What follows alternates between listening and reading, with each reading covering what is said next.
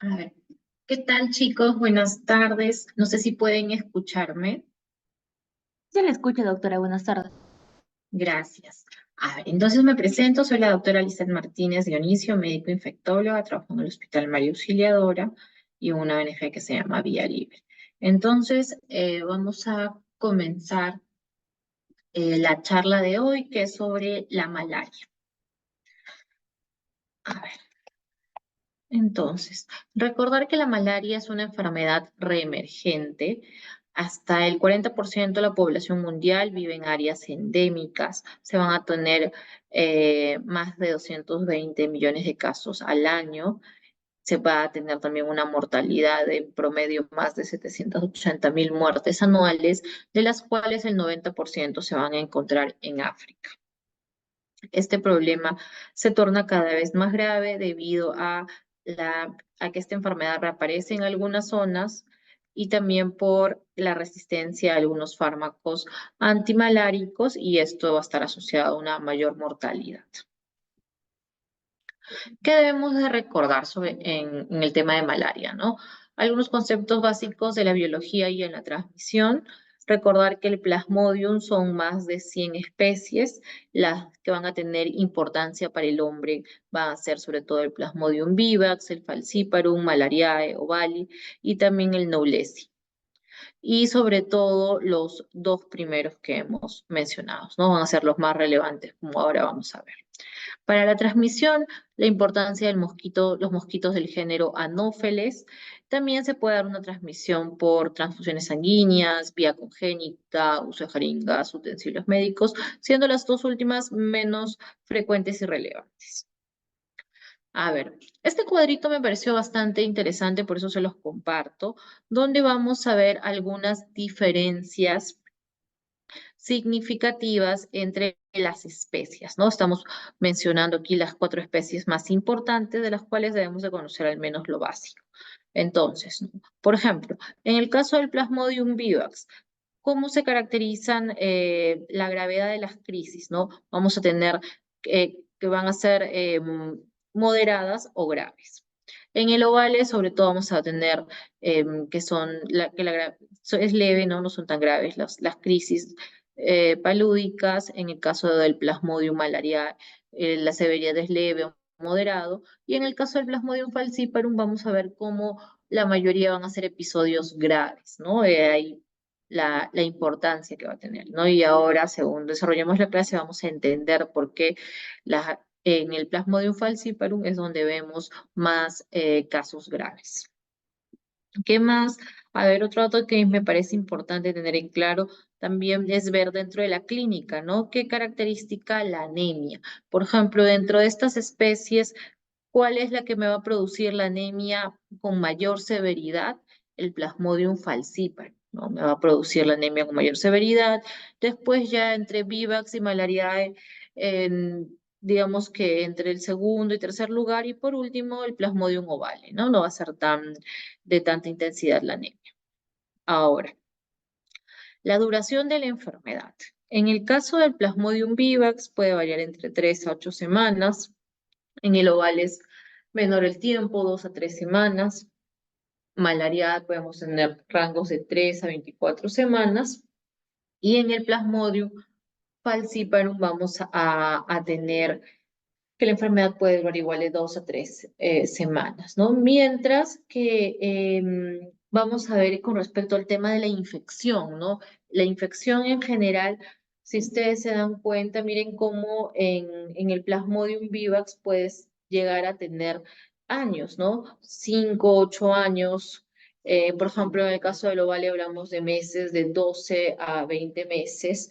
Entonces acá tenemos un dato importante, que es recordar que en algunos casos vamos a tener recaídas, ¿no? Recaídas justamente asociadas a los hipnozoitos, ¿no? A los hipnozoitos que van a quedarse en el hígado, eh, podría decirse que dormidos, ¿no? Entonces en algunos momentos podemos tener, debido a ello, si no se han eliminado de la manera adecuada, recaídas, ¿no? Entonces, ¿en qué especies es que vamos a ver a los hipnozoitos? Precisamente en el Plasmodium vivax y en ovale.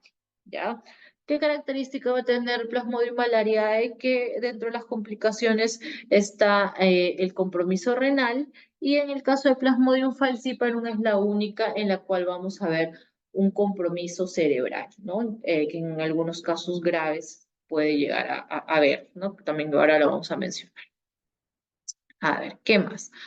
Recordemos con respecto a anófeles que van a haber hay 422 especies de anófeles en el mundo.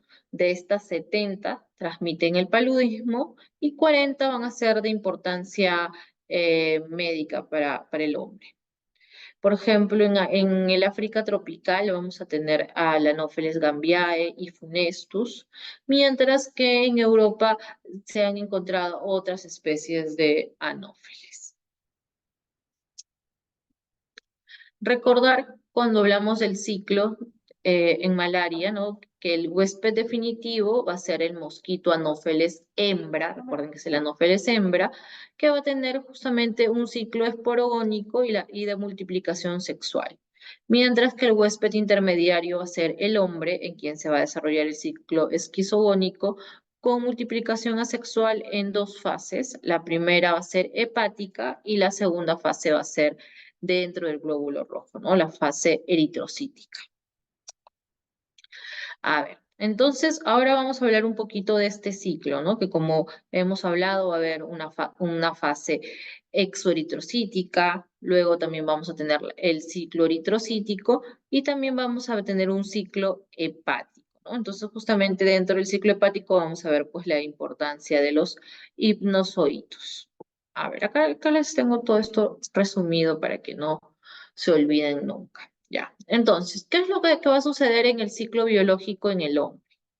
Como dijimos, ¿no? Los mosquitos anófeles hembra que han sido infectados con este parásito de la malaria van a inocular. ¿Qué es lo que inoculan? ¿Qué es lo que le inoculan al hombre, ¿no? O sea, lo que nos van a inocular van a ser los esporozoitos. Esa es la forma infectante, ¿ya? Recuerden que son los esporozoitos que se inyectan junto con la saliva, ¿no?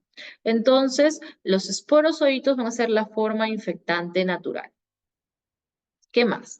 Luego que estos esporozoitos han sido introducidos en la sangre, ¿no? En el flujo sanguíneo, van a viajar al hígado, van a llegar, ¿no? Por la circulación portal hasta el hígado. Dentro del hígado van a invadir a los hepatocitos, donde se va a producir una replicación asexual que se puede prolongar por 6 a 15 días y en ocasiones puede demorar hasta un mes. Dentro de estos hepatocitos se van a desarrollar los merozoitos, ¿no? A esta fase de generación de los merozoitos dentro de los hepatocitos se le conoce como esquizogonia exoeritrocítica o también esquizogonia hepática. Entonces, recordar que en dos de estas especies que les mencioné, que es el Plasmodium vivax y el Plasmodium ovale, la replicación de algunos de estos esquizontes hepáticos se puede demorar, se retarda, ¿no? Entonces, justamente a ellos se les conoce como los hipnozoitos o también conocidos como esquizontes durmientes. ¿Por qué tienen este nombre? Porque pueden ocasionar recaídas meses o años después de la infección inicial. ¿Y por qué usualmente se va a deber estas recaídas? Porque no se utilizó el antimalárico adecuado para eliminarlos, ¿no? Entonces, ¿cuál es el antipalúdico o antimalárico para eliminar los hipnozoitos?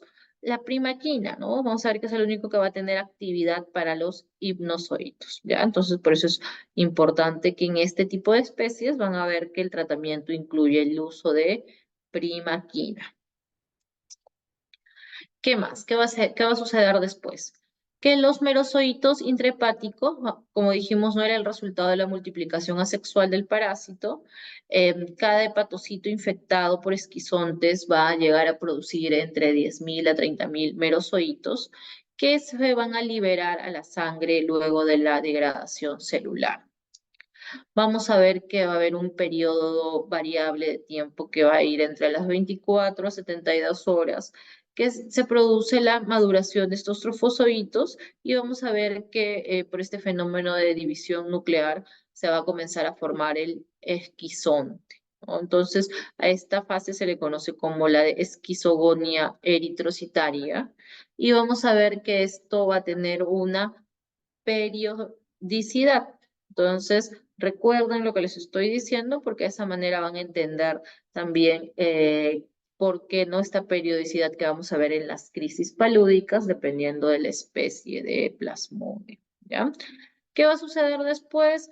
Que el glóbulo rojo se va a degradar y liberar los merozoitos que pueden infectar otros glóbulos rojos vecinos, ¿no? Entonces, básicamente, ¿qué más vemos? A ver, que bajo condiciones ideales, un solo esporozoito puede ser el responsable de la infección de casi 1 millón de glóbulos rojos. Una vez que el merozoito entra al glóbulo rojo, se puede formar un trofozoito. Este trofozoito va a tener una forma de anillo, ¿no? Y cómo yo voy a poder observarlo claramente cuando se hacen tinciones de Giemsa o Wright. Luego de la maduración de este trofozoito va a perder esta morfología, esta forma de anillo y se va a transformar en un esquizonte. ¿Qué más tenemos? A ver, con respecto a los gametocitos, estos van a ser absorbidos por el mosquito y cuando se efectúa la fertilización se va a formar un cigoto. Después un oocisto va a ser el que va a formar los miles de esporozoitos infecciosos que van a multiplicarse dentro de la glándula salival del mosquito y de ahí nuevamente va a iniciar todo este ciclo que acabamos de comentar, ¿no? Entonces, igual yo sé que pues tal vez solo escucharlo una vez no es tan puede haber un poco de dudas. Ahora igual vamos a mencionar algunas otras características como para que les quede claro lo que hemos estado hablando, ¿no? Igual también tienen que tratar de volver a repasar el tema de este ciclo, que se los he tratado de resumir lo más claro posible, ¿ya? A ver, ¿qué más tenemos? Por ejemplo, también es importante el tema del ciclo biológico y los medicamentos antimaláricos, ya que van a cumplir una función dentro de los ciclos, ¿no? Por ejemplo, ¿quiénes son gametocidas, ¿no? La primaquina, la artemisinas. Luego vamos a tener que quienes, por ejemplo, van a tener una acción, ¿no? A nivel sobre el esquizonte, ¿no? Por ejemplo, la cloroquina, quinina, mefloquina, también tetraciclinas, artemisinas y a nivel de la esquizogonía tisular, la primaquina, el proguanil, ya. Entonces, ahora, con respecto a la clínica, ¿de qué van a depender las manifestaciones clínicas que va a tener el paciente? Va a depender de la especie de Plasmodium, por todas estas características particulares que cada una de ellas va a tener, como hemos mencionado, también de la densidad o carga parasitaria, también va a influir la afinidad del parásito por el eritrocito. ¿Qué va a suceder? No todos, digamos que todas las especies de Plasmodium tienen afinidad por todos los eritrocitos. ¿Qué sucede? Por ejemplo, en el caso del Plasmodium vivax y ovale, van a ver que va a haber una especial afinidad por los glóbulos rojos jóvenes, o también conocidos como reticulocitos. Mientras que el Plasmodium falciparum va a afectar a todos los estadios del glóbulo rojo, ¿no? Es el glóbulo rojo joven, adulto y maduro, ¿no? Lo cual, si analizamos, pues nos explicaría, parte de la fisiopatología también, pues el por qué el Plasmodium falciparum va a ser la especie, pues asociada con una clínica de anemia severa, ¿no? De anemia de mayor intensidad, ya. En cambio, el Plasmodium malariae va a preferir exclusivamente los glóbulos rojos maduros. ¿Qué otro factor va a ser importante? La inmunidad del paciente, ¿no? La inmunidad del paciente también va a ser, no es lo mismo, pues, el episodio de malaria en un paciente inmunosuprimido, ¿no? Porque puede ser la inmunosupresión porque una gestante, puede ser un niño, un paciente pues adulto mayor, un paciente tal vez con VIH pero que tenga un CD4 bajo, ¿no? Entonces, o un paciente oncohematológico, ¿no? Entonces, digamos que la inmunidad del paciente también va a ser importante para la clínica que éste va a presentar. A ver, el cuadro clásico que vamos a ver es un paciente con malestar, cefalea, dolor muscular, náuseas, vómitos, fiebre con escalofríos, sudoración profusa y que esta presentación se puede ver alterada. ¿Por qué? Si es que el paciente tomó profilaxis para malaria, también por la inmunidad, ¿no? Por lo que acabamos de mencionar. A ver. Con respecto a la fiebre, ¿qué características vamos a observar?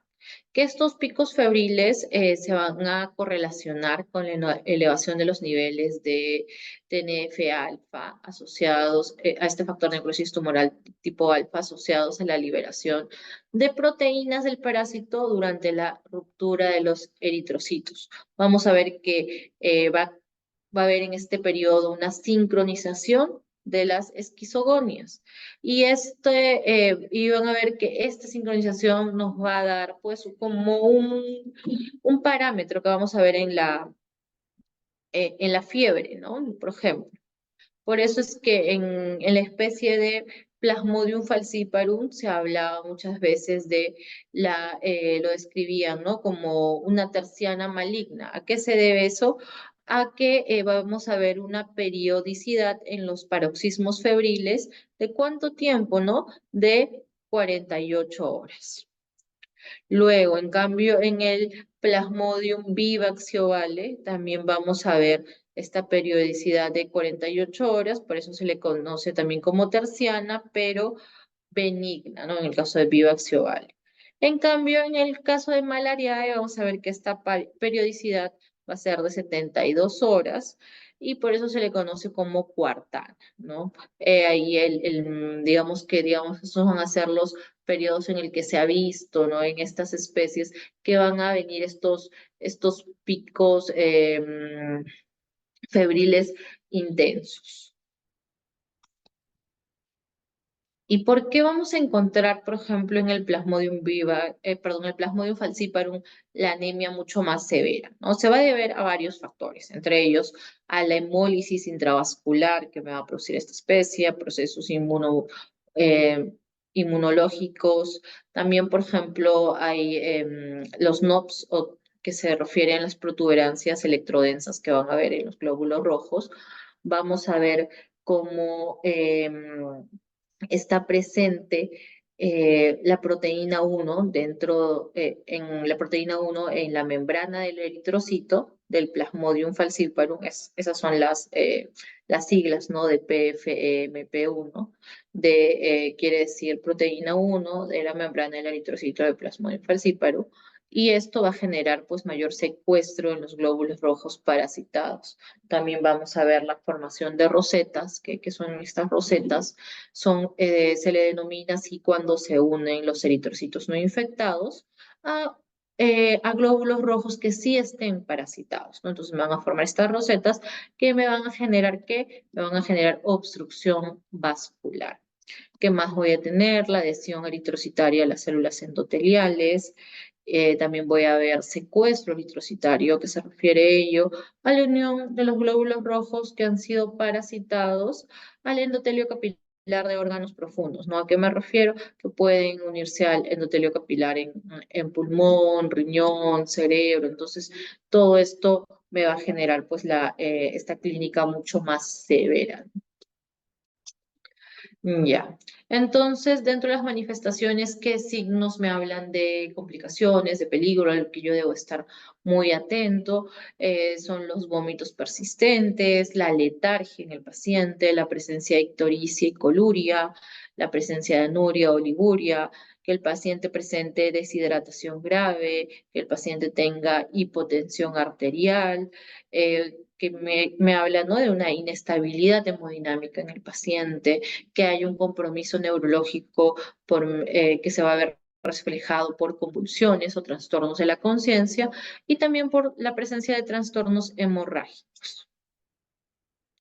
¿Qué diferencias puedo ver dentro de la clínica dependiendo de las especies? ¿No? Algunas ya las hemos mencionado, pues por ejemplo vamos a ver la gravedad, ¿no? Entonces los casos de mayor gravedad van a ser principalmente por Plasmodium falciparum, después le sigue Vivax, después por ejemplo, si comparamos las otras especies restantes, por ejemplo, Naulesi va a tener, los episodios van a tener mayor gravedad que Ovale y que Malariae. Pero en general recordar que cualquiera de estas especies puede llegar a presentar un cuadro grave, ¿no? Solo que estamos hablando de frecuencias, ¿no? Problema frecuente va a ser con falciparum. ¿Qué más? Entonces, si yo estoy en un cuadro de Plasmodium vivax grave versus un cuadro de falciparum, ¿qué voy a ver de particular en los cuadros de Plasmodium vivax grave? Están asociados pues al tema de, por ejemplo, mayor veces de edema pulmonar, también trombocitopenia, no voy a ver pues ese compromiso cerebral, voy a ver también acidosis. En cambio, el plasmodium malariae, como mencionamos, este compromiso renal, ¿no? Sobre todo se va a ver reflejado como un síndrome nefrótico, y también que las especies no falciparum, sobre todo hablamos de vivax, están más asociadas a que otra complicación, a la rotura de vaso. También podemos tener esta complicación. A ver, ¿cuáles van a ser los factores predisponentes en el paciente, ¿no? Para poder presentar un cuadro complicado de malaria? Sobre todo cuando hablamos de Plasmodium falciparum, ¿no? Las edades extremas, ¿no? Grupos etarios extremos, ¿a qué me refiero, no? A niños, adultos mayores, gestantes, también como mencionábamos, sobre todo cuando son primigestas y durante el segundo trimestre de la gestación, ¿no? Hay más posibilidades de complicaciones.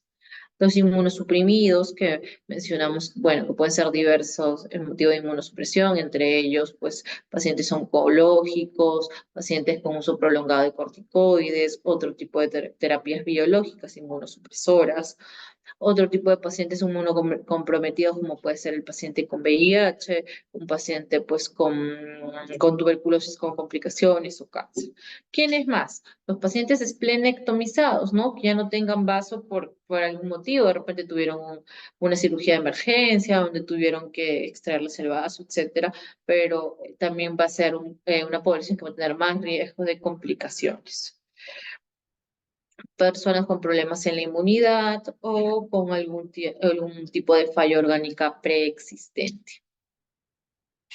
¿Qué vamos a ver en el paciente con clínica de malaria cerebral, ¿no? Que tenga un cuadro de malaria por Plasmodium falciparum? Vamos a ver alteraciones de los niveles de conciencia, podemos ver también convulsiones y puede el paciente llegar a un estado de coma y también a llegar a fallecer por estos cuadros. El grado de la disfunción del sistema nervioso central va a depender de varios factores, entre ellos la virulencia de la cepa, la respuesta inmunológica, el tiempo entre el inicio de los síntomas y también el inicio del tratamiento, ¿no? ¿A qué nos referimos con ello? Al retraso, ¿no? Al retraso en el inicio del tratamiento cuando el paciente comienza con la clínica. ¿Qué otros factores de riesgo vamos a ver? Por ejemplo, ¿no? Como mencionamos, por ejemplo, la desnutrición, que tal vez no lo hemos mencionado, susceptibilidad genética, ¿no? También hay personas que van a tener más riesgos genéticamente de que se vayan a complicar o no. Hasta un 10% de los casos de pacientes que tengan malaria cerebral van a haber algún tipo de secuelas, entre ellas cuáles pueden estar hemiplegias, epilepsia focal, ceguera, ataxia, polineuropatías, alteraciones en el comportamiento y lesiones de pares craneales. Aquí tenemos unas imágenes, ¿no? De un paciente con malaria cerebral. Y acá también tenemos un paciente con compromiso pulmonar, ¿no? Con edema pulmonar secundario a un cuadro de malaria complicado o grave.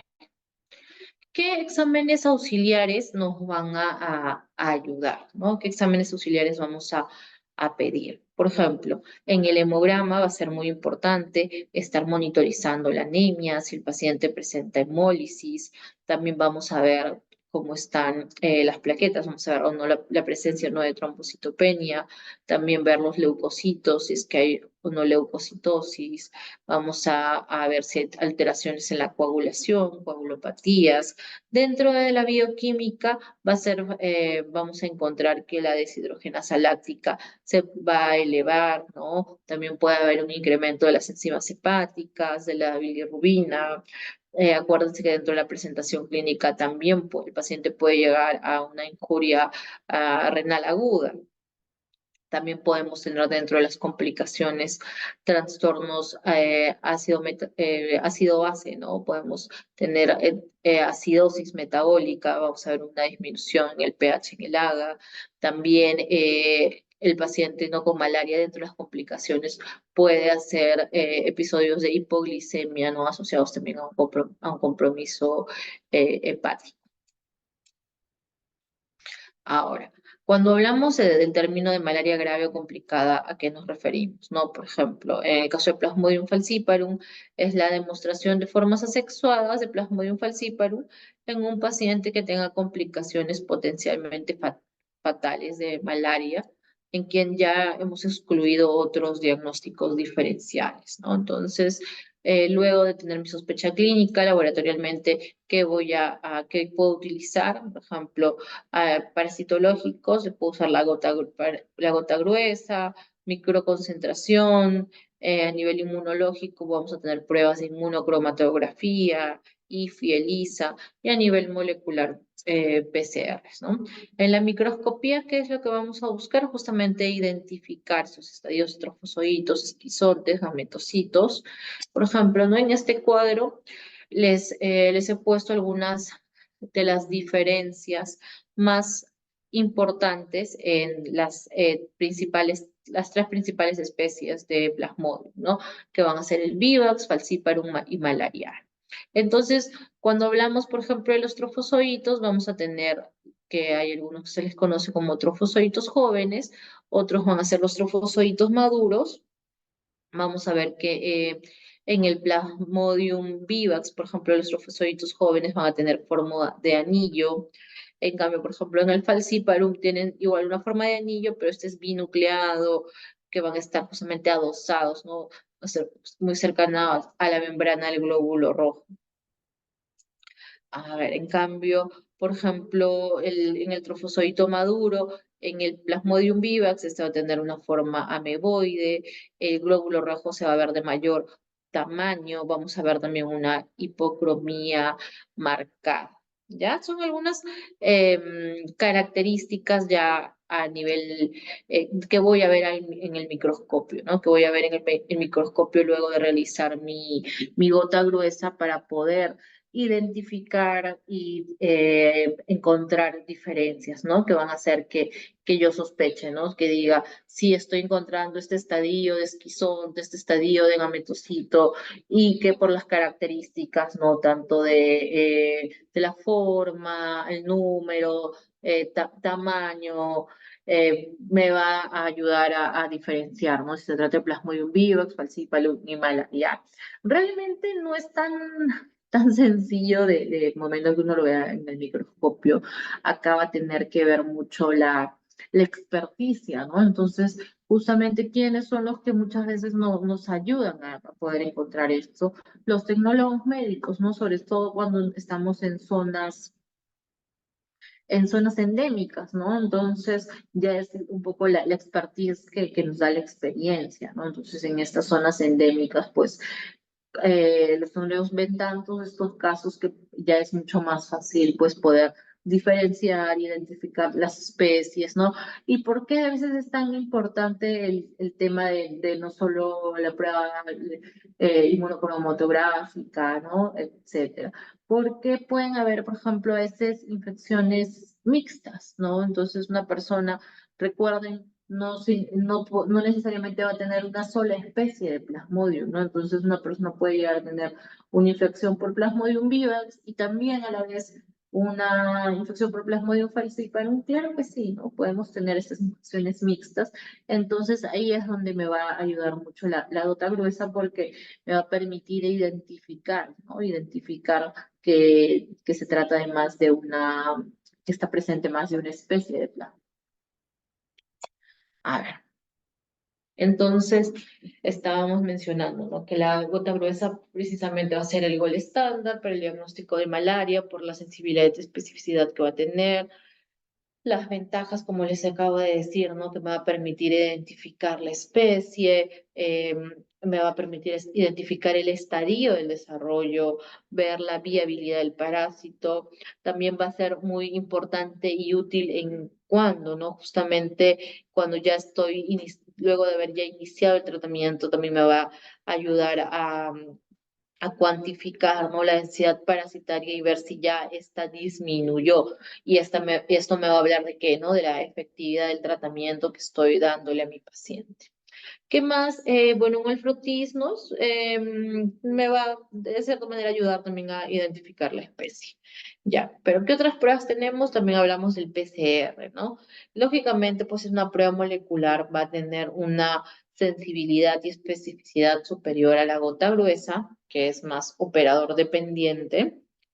Pero, por ejemplo, es una técnica compleja que eso va a dificultar el uso para un diagnóstico precoz, sobre todo si estamos hablando a nivel primario, ¿no? De salud, ¿no? En postos, centros de salud, o sea, es más difícil el poder tener, pues, pruebas moleculares, estos PCRs disponibles. ¿Qué más? Por ejemplo, ¿no? ¿Cuándo sí estaría indicado el uso de una prueba de tipo PCR? En población asintomática, en áreas endémicas, para monitorizar la respuesta a drogas antimaláricas, si lo que yo busco es la caracterización genotípica de las especies de Plasmodium, por ejemplo, ¿no? También en áreas endémicas, ¿no? Imagínense cómo se hace en áreas endémicas para la donación de sangre, ¿no? Como estábamos hablando que la transmisión también podría ser por transfusiones. Entonces, por ejemplo, se plantea que en áreas endémicas sería muy útil tener disponible pruebas moleculares como este PCR para que de esta manera puedan servir en el screening, el tamizaje que se hace a los donadores de sangre, ¿no? Que se hace en banco de sangre. ¿Qué más? También, pues, este PCR va a ser el test de referencia para evaluar el desarrollo de nuevas pruebas, ¿no? De nuevos test diagnósticos. Ya. ¿Qué pruebas sí tenemos disponibles? Y podríamos decir que es bastante, que sí es muy útil, sobre todo para zonas rurales y alejadas, ¿no? Que son algunos métodos que lo que nos ayudan a identificar son los componentes antigénicos, el Plasmodium. Sobre todo van a ser dos los principales test inmunocromatográficos, la proteína rica en histidina 2 del Plasmodium falciparum y la lactato deshidrogenasa del Plasmodium, ¿no? Entonces, justamente estas pruebas inmunocromatográficas van a ser fáciles de utilizar, tenemos el diagnóstico en minutos, se pueden usar en zonas alejadas donde no se cuente pues con un laboratorio bien equipado, ¿no? Entonces, aquí estamos viendo las dos, ¿no? Y entonces, precisamente, ¿cuáles van a ser las ventajas, como mencionamos? El que estos tests son sencillos y rápidos, que no necesitamos mayor equipamiento, ya que son pruebas inmunocromatográficas. También estas pruebas son estables a la temperatura ambiente y sobre todo van a ser bastante útiles por la buena sensibilidad y especificidad en las infecciones por Plasmodium falciparum, ¿no? ¿Y por qué creen que se haya, pues, priorizado en estas pruebas y en general el diagnóstico del Plasmodium falciparum, precisamente por su asociación a mayor mortalidad, complicaciones, etcétera, ¿no? Por eso es que se prioriza diagnosticar el Plasmodium falciparum. Ya, ¿qué desventajas tenemos? Que, por ejemplo, que no van a diferenciar cuando se trata de Plasmodium malariae o Valeo vivax. Tampoco me van a ayudar a diferenciar las parasitemias mixtas. no van a poder cuantificar la parasitemia, ¿no? A diferencia de la gota gruesa, no me van a poder decir cuál es la densidad, no voy a poder ver la densidad parasitaria, no voy a poder con ello monitorizar mi respuesta al tratamiento, ¿no? Entonces, esas son algunas desventajas. Y qué más, bueno, el precio, ¿no? El precio, sobre todo cuando estamos hablando de un país, pues, que tiene pocos recursos.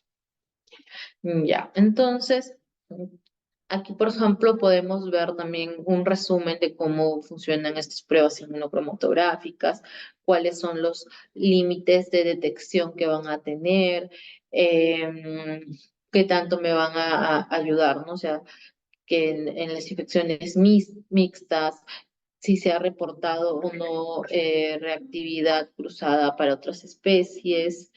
em, digamos que son digamos que es un pequeño resumen para, sobre estas pruebas antigénicas. ¿Qué más? A ver, bueno, esto de aquí ya esto como que ya es lo que hemos conversado, ¿no? Y que la gota gruesa me va a decir, pues sí, el recuento parasitario, diferenciar entre especies, el cambio, el PCR, ¿qué otra ventaja va a tener? Pues justamente al ser una prueba molecular que me puede ayudar en el diagnóstico de parasitemias muy bajas y también pues va a tener utilidad en lo que son estudios moleculares de resistencia. Ya. Algunas definiciones importantes, ¿no? Que están en la norma técnica actual para malaria. Vamos a tener el término de recidiva. ¿A qué se considera una recidiva? A la persistencia o aparición de síntomas clínicos de malaria o hallazgos parasitológicos en un paciente por una falla terapéutica al tratamiento, ¿no? Antes de 28 días de habérsele administrado el tratamiento completo y supervisado. ¿Qué más? También vamos a tener la reinfección. ¿A qué se le considera una reinfección? A la presencia de signos y síntomas o hallazgos parasitológicos de una infección por malaria en un individuo después de 28 días o más de haber culminado, ¿no? Luego que ya se completó, se le dio de alta, se completó el tratamiento antimalárico, ¿no? Y que ya se le dio el diagnóstico de egreso en un momento se consideró curado. Vamos a ver pues el tema de las recaídas, ¿no? Como lo mencionamos, asociados a los hipnozoitos, como mencionamos sobre todo en la especie de Plasmodium vivax. Ya, entonces, ¿cuál es el tratamiento, no? Eso ustedes deben de recordarlo. Recuerden que el tratamiento para malaria va a depender pues de la especie y de la clínica, ¿no? No es lo mismo el tratamiento, ¿no? Para un cuadro grave o complicado para el no grave o no complicado, ¿no? Y también el tema de la especie, qué otra característica del paciente va a ser importante saber si es gestante o no, ¿no? Porque van a haber algunos medicamentos contraindicados en la gestación, ¿no? Entonces, también es un grupo poblacional importante, ¿ya? Entonces, por ejemplo, en el tratamiento del paciente con malaria por Plasmodium vivax, ¿no? Por Plasmodium vivax. ¿Cómo vamos a tratar? Ya, va a ser en base a dos drogas, a la cloroquina y a la primaquina. ¿Cuántos días va a recibir cloroquina? Va a recibir cloroquina 3 días. El primer día estamos hablando de 4 tabletas, el segundo día también 4 y el tercer día 2 tabletas, que es 5 miligramos kilo día. Mientras que por una semana va a recibir primaquina. ¿A qué dosis? Digamos que va a recibir, si es que va a depender de la presentación, ¿no? Si es que tenemos disponibles tabletas de 15 miligramos, son 2 tabletas. En cambio, si la que tenemos disponible es la presentación de 7,5 miligramos, van a ser 4 tabletas, ¿ya? Es por eso que está como que subdividida esa parte de la tabla. ¿Qué más? Recordar que la primaquina está contraindicada en la gestación, ¿no? Que está contraindicada en la gestación, entonces si es que es una gestante con Plasmodium vivax, no le voy a poder dar primaquina, ¿ya? Recordar eso. ¿Qué más? Em, Ya, luego vamos a ver el tratamiento de malaria por Plasmodium malariae, ¿no? Entonces aquí tenemos que el tratamiento va a ser por menos tiempo. Vamos a usar la cloroquina 3 días también si son las tabletas de 250 van a ser 4 tabletas por los 3 días. Y el último día se dan si la presentación es de 15 miligramos de primaquina, sean 3 tabletas, solo una dosis el último día. Y también igual, ¿no? Que si es gestante no le podemos dar la primaquina. Ya. Ahora, en cambio, ¿qué va a suceder en la malaria por Plasmodium falciparum? Si es que no es complicada, si es una malaria no complicada, el tratamiento va a ser con artesunato, mefloquina y también primaquina. Va a recibir 3 días artesunato a una dosis de 250 miligramos, o sea, una tableta. Luego el primer y segundo día va a recibir 3 tabletas de mefloquina y el primer día va a recibir 3 tabletas de 15 miligramos de primaquina. A ver, bueno, creo cuando estábamos hablando, ahora vamos a mencionar, hemos hablado de el tratamiento en casos no complicados, ¿no? Pero ¿y qué hacemos si se trata de un paciente que va a tener malaria grave? ¿No? Entonces, ¿a qué yo llamo malaria grave? ¿O qué va a definir el que el paciente tenga malaria grave? Eso es importante que lo tengan claro. Va a estar en base a qué? A algunos hallazgos laboratoriales, pero sobre todo la clínica va a ser muy importante, ¿no? Entonces, ¿qué es lo que voy a encontrar o qué es lo que me debo recordar, ¿no? Vamos a ver, por ejemplo, ¿no? La OMS define malaria complicada por eventos como la presencia de malaria cerebral, la severidad de la anemia, que ahora vamos a ver a qué nos referimos, la insuficiencia renal aguda, presencia de edema de pulmón, hipoglicemia, eh, shock o choque, la presencia de CID, hiperparasitemia, compromiso hepático o disfunciones metabólicas, ¿no? ¿A qué nos referimos con malaria graves? Malaria cerebral, perdón, estamos hablando cuando el paciente tiene puede llegar a un compromiso hasta de coma. En la anemia mencionamos que es grave cuando la hemoglobina llega a ser menor a 5 o un hematocrito menor a 15. Vamos a sospechar de la insuficiencia renal aguda cuando la diuresis esté disminuida, donde tengamos una diuresis de menos de 400 mililitros por día, o también cuando veamos que la creatinina está en más de 3. Hablamos de la hipoglicemia en estos pacientes para definir en malaria grave cuando sea hasta menos de 40, cuando la presión sistólica sea menos de 80, cuando vemos sangrado espontáneo. Por ejemplo, en el compromiso hepático como criterios de gravedad es cuando ya la bilirrubina total está más de 3. Vemos un TGO más de 144, una TGP más de 150, y en la disfunción metabólica la consideramos cuando, por ejemplo, ¿no? En el AGA tenemos un pH menor a 7,25, un bicarbonato menor a 22 y un lactato mayor a 5. ¿Ya? Esos van a ser criterios de severidad, que estamos hablando de un caso de malaria complicada, ¿no? Entonces, por ejemplo, en la especie que más vamos a ver complicaciones, dijimos que era Plasmodium falciparum, ¿no? Entonces, ¿cuál va a ser la definición según la guía de la OMS, según la edición de 2015? Cuando vamos a hablar de malaria malaria severa por Plasmodium falciparum, cuando obtengamos uno más de las siguientes características, habiéndose confirmado la presencia de parasitemia por Plasmodium falciparum. Por ejemplo, vamos a hablar en el caso del trastorno del sensorio en un paciente adulto que tenga un Glasgow menos de 11. También está el criterio de postración, que se refiere a la debilidad generalizada, incapacitante. Tenemos también las convulsiones múltiples, que es cuando se dan más de 2 convulsiones en 24 horas. En el caso de la acidosis, se define, ¿no? Como un lactato mayor o igual a 5, un bicarbonato menos de 15 y un déficit de base mayor a 8.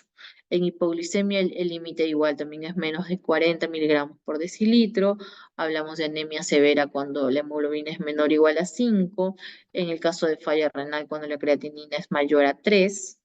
En el caso de la ictericia, cuando la bilirrubina es mayor a 3, con un conteo de parásitos mayor a 100.000. Luego en el edema pulmonar, cuando tengo la confirmación imagenológica, no radiológica, y el paciente esté presentando una saturación menos del 92% o una frecuencia respiratoria más de 30. El sangrado significativo está definido como un sangrado recurrente o prolongado por la nariz, encías o los sitios de venopunción, o que el paciente esté presentando hematemesis o melena. Para hablar de shock, como dijimos, la presión arterial sistólica tiene que ser menos de 80 y en niños esto puede llegar a ser menos de 70 con signos de hipoperfusión.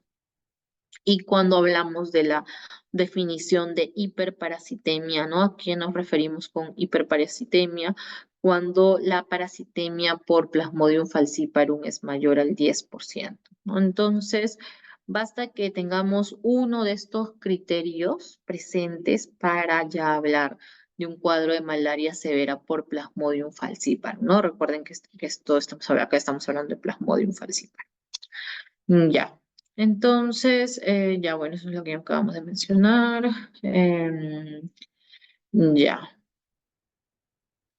Por ejemplo, ¿no? Dentro de este cuadro, ¿no? Del paciente con malaria severa, ¿quiénes, por ejemplo, se van a complicar más, ¿no? Por ejemplo, mayor mortalidad la vamos a ver vamos a ver mayor mortalidad en los pacientes que presenten trastornos ácido-base, ¿no? Sobre todo con acidosis metabólica.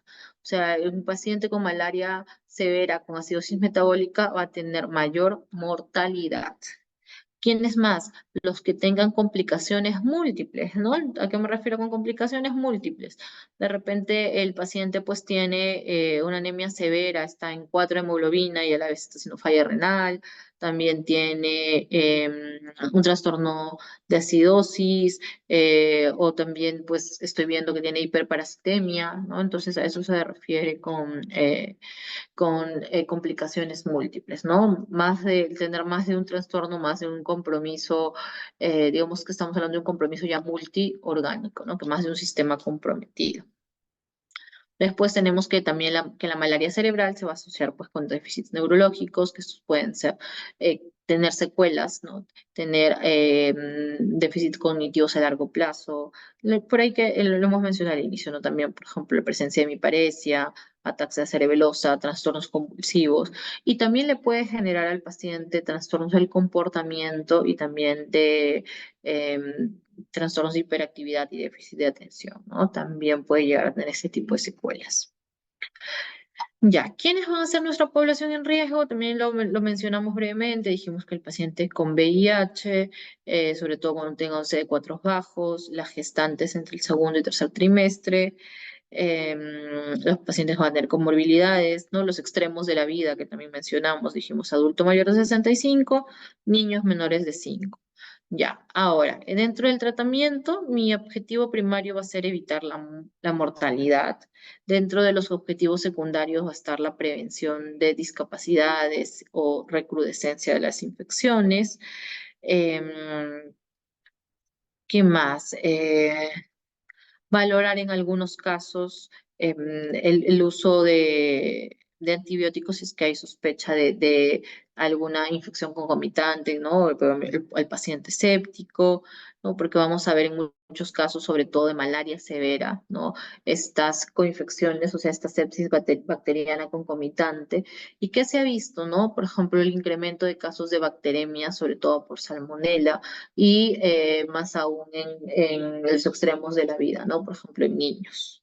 También no descartar pues las coinfecciones, ¿no? Así como hemos hablado y hemos dicho que un paciente puede tener una infección mixta, ¿no? Por más de una especie de Plasmodium. También un paciente puede cursar con más de una infección a la vez. ¿A qué me refiero, no? Un paciente puede tener dengue y malaria, claro que sí. Un paciente puede tener malaria y leptospirosis también. ¿no?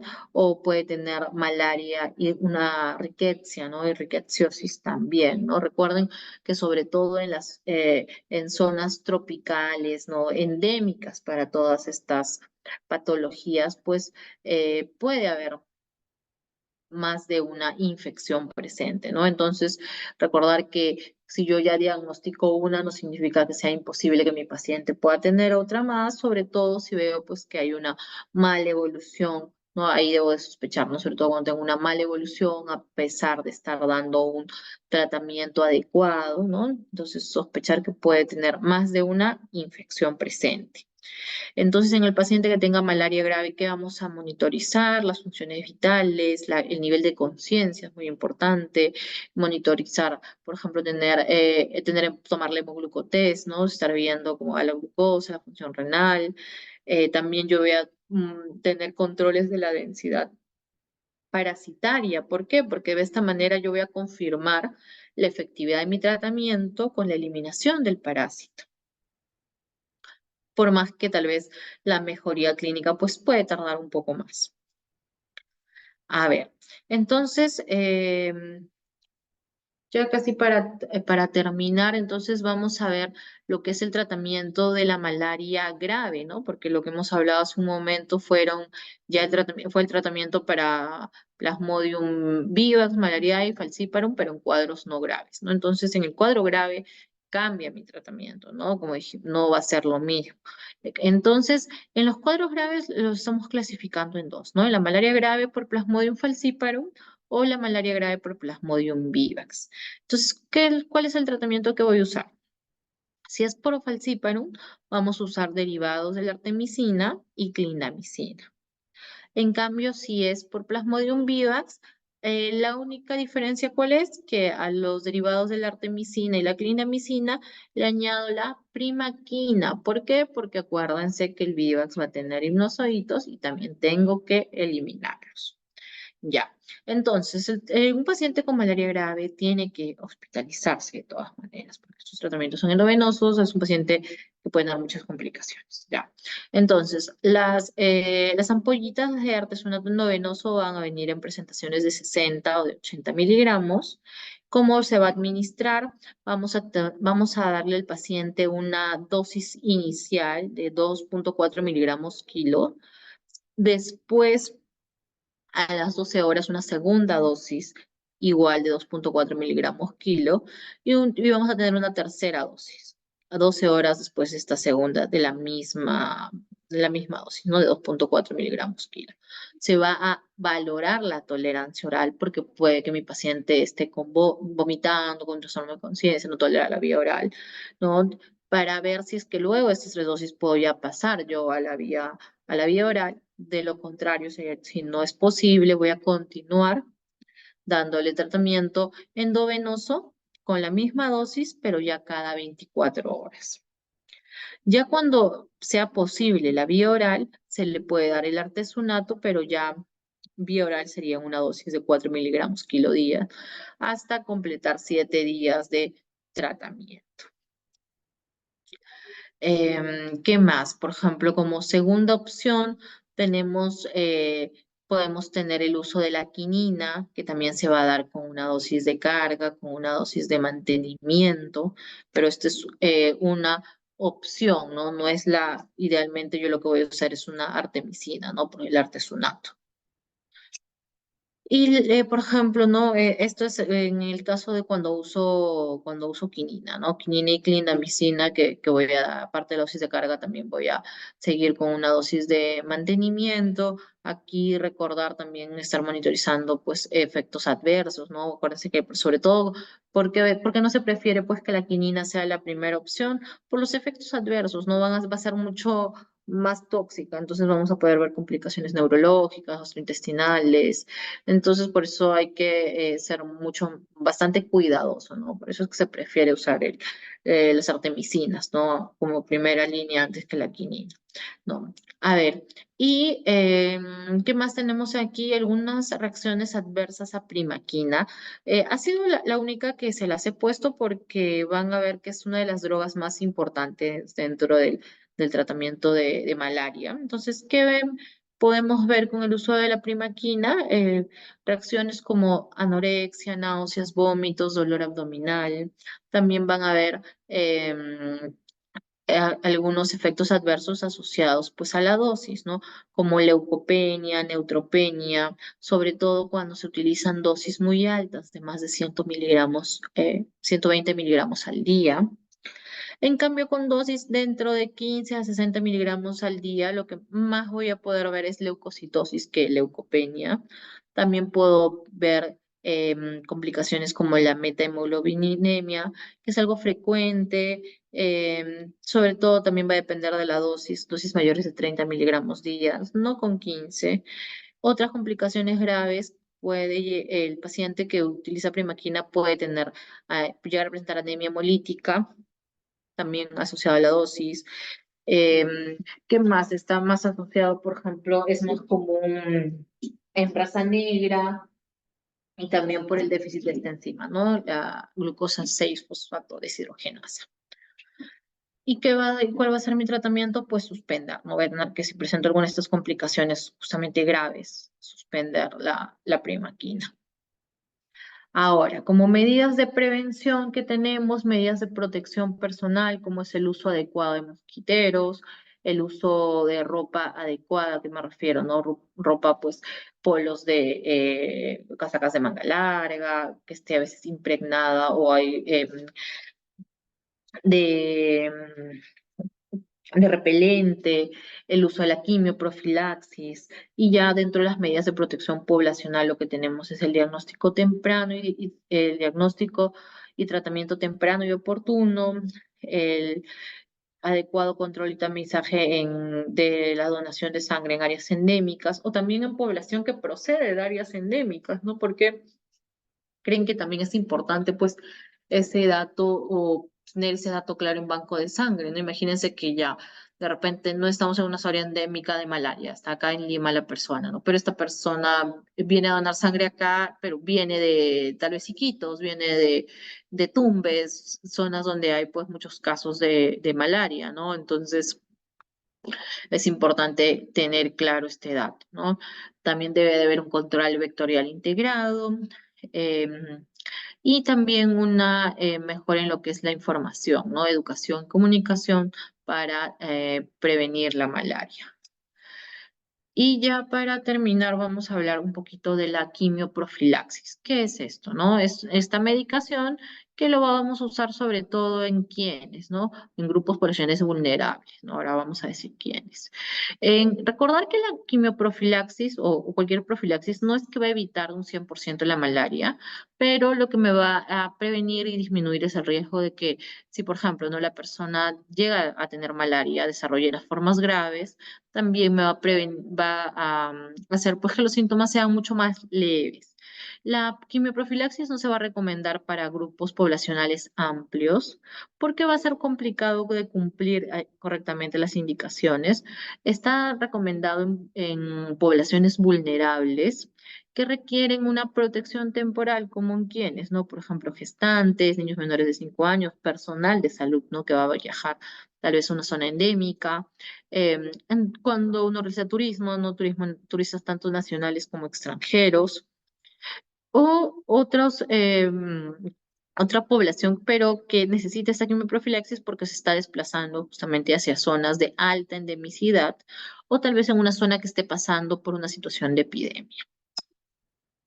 A ver, entonces, va a depender, por ejemplo, el medicamento que yo elijo, si estoy en un área donde el Plasmodium falciparum sea un sensible a la cloroquina o ya tengo un Plasmodium falciparum que sea resistente a la cloroquina. Entonces, si estoy en una zona donde el Plasmodium falciparum no es sensible a la cloroquina, lo que voy a elegir como profilaxis o como quimioprofilaxis va a ser la cloroquina, una dosis de 500 miligramos una vez a la semana. Debo de iniciar antes el tratamiento antes del viaje, la quimioprofilaxis, 1 o 2 semanas antes de viajar y se continúa hasta 4 semanas después de haber concluido el viaje. O sea, ya salir del área donde hay una alta prevalencia de malaria. Ya. ¿Qué más? En cambio, si yo el viaje lo voy a realizar a un área con resistencia a la cloroquina para Plasmodium falciparum, voy a tener dos opciones, la mefloquina o la doxiciclina.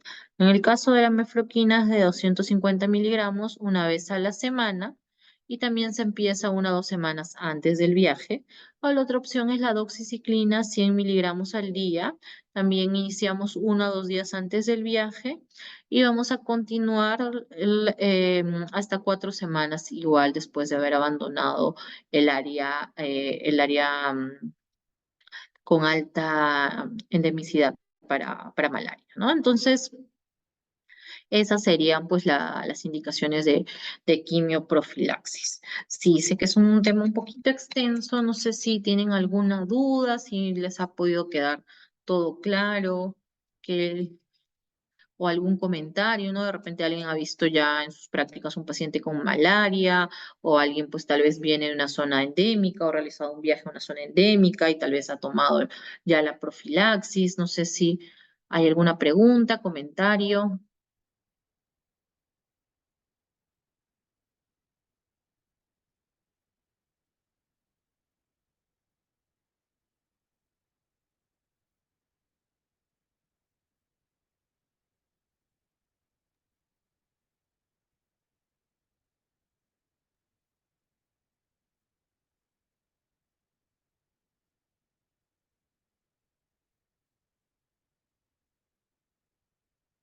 Chicos, ¿me están escuchando? Creo que no, o no me han escuchado.